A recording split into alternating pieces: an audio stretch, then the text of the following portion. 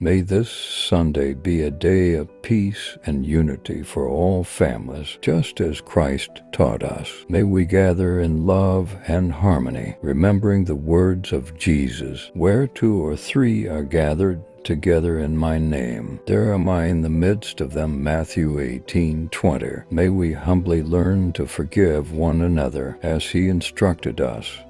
Love your neighbor as yourself. Matthew 20:39. May each home be a refuge of love, following Christ's command. A new commandment I give you. Love one another as I have loved you, so you must love one another. John 13:34. I pray that the peace of Christ reigns in every heart.